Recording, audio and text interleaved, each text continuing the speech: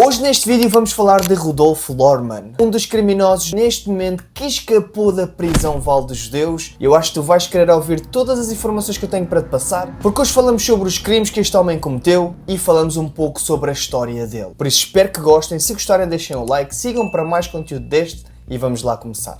O que é engraçado nesta história toda que eu vos vou contar é que ele escreveu uma carta. Escreveu uma carta quando estava na prisão de Monsanto. E então contou a história dele, contou quando é que começou a cometer esses crimes. Eu acho muito interessante, por isso mesmo é que nós vamos falar precisamente dessa carta e de algumas das peripécias mais interessantes da vida dele. Então, uma das coisas que eu acho mais engraçadas é o facto de ele ser há muito tempo um criminoso procurado. E agora a questão é que há muitos rumores, e até se tu vais comprar aqui várias fotografias dele no passado e de agora, parece mesmo que ele fez algumas operações cirúrgicas para mudar essa mesma aparência para não ser apanhado. O que é engraçado é ele dizer que desde que colocou uma arma no cinto desde os 15 anos nunca mais atirou. Agora, o que é mais interessante é que ele diz que teve uma vida calma, uma vida boa, nada de luxos, mas uma vida que não trazia problemas e que não lhe poderia ter causado tantos traumas para ser um criminoso da magnitude que é. Ele simplesmente disse que estava destinado a ser criminoso e assim o fez. Agora, reparem bem na astúcia dele. Ele com 14 anos roubava vacas e acabava por vendê-las a metade do preço ao que se vendia no mercado. Mas este tipo de vida acabaria por trazer problemas para Rudolf. Porquê? Porque aos seus 20 anos a polícia encontrou várias jaulas de animais que ele tinha roubado.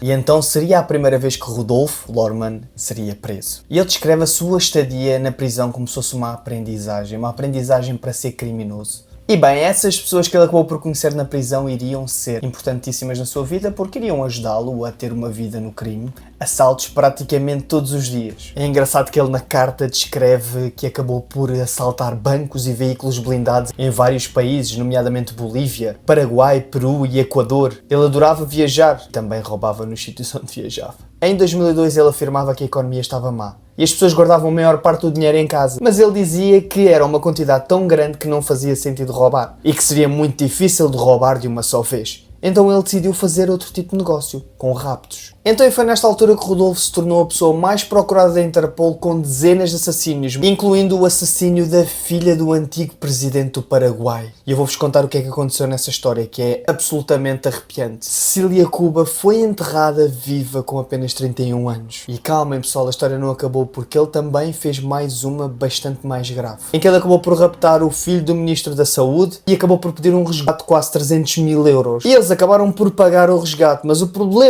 grande problema é que depois de terem pago o resgate eles não tiveram o filho de volta e o corpo nunca foi encontrado. E foi nesta precisa altura que ele esteve desaparecido durante 13 anos. Houve muitas desconfianças pelo facto daquilo que eu vos falei no início de ele ter feito algumas operações plásticas, porque quando tu comparas a aparência dele antes e depois é uma pessoa que tu consegues ver que é ele, mas vê-se ali algumas diferenças. E foi aí que ele foi descoberto em Portugal. Ele foi descoberto em Portugal com outro nome. E foi aí quando foi preso pela polícia portuguesa. A polícia portuguesa não tinha a noção da gravidade dos crimes que ele cometeu no passado. Porque ele andou a cometer crimes pela Europa toda e mais estes crimes que eu vos falei de sequestros e raptos. E a polícia prendeu-o sem ter noção nenhuma de quem ele era. Porque tinha outro nome, estava registado e tinha outro passaporte. Um passaporte búlgaro. Nesta carta, Rudolf acaba por se gabar e dizer que esteve em mais de 50 países, tem 7 filhos de várias mulheres, que obviamente sendo ele uma pessoa procurada ele tinha que mudar sempre de identidade, então ele dizia que os passaportes que ele fazia duravam 1 ano. Ele ainda continua a dizer e a descrever na carta que fica muito orgulhoso pelos seus 7 filhos não terem uma vida delinquente e que ele será sempre a ovelha negra da família, mas que também não se arrepende de nada, não se arrepende de nenhum crime que tenha cometido e de nada que tenha feito. Sou ladrão de coração e não por necessidade, é uma frase que ele utiliza. E ele diz realmente que não tinha necessidade de fazer isto, podia ter tido uma vida normal, um trabalho normal, mas que sempre se viu como um ladrão. O coração dele é mesmo assim e não há outra hipótese e que nunca se iria entregar. E também diz que quando se sente apertado é quando se sente mais forte. Então imagina ele agora a escapar desta prisão. São personalidades diferentes, pessoas. Nós não temos bem a noção o que é que se passa naquela cabeça, naquele coração, mas na realidade ele gosta de ser assim. Deixa-nos chocados, obviamente. Esta parte em que ele escreve na carta que descreve a prisão de Monsanto, onde ele estava, um Guantánamo em Portugal. E queixava-se ter apenas 2 horas de... E depois saía para o pátio e o pátio era pequeno. Não tinha espaço para nada. E dizia que fazia exercício todos os dias, 2.000 abdominais e corria 8 a 14 km.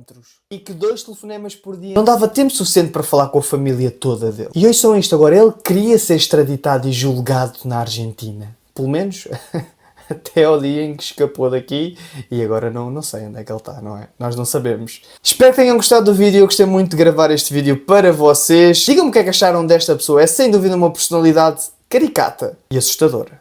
Um abraço, vejo-vos na próxima.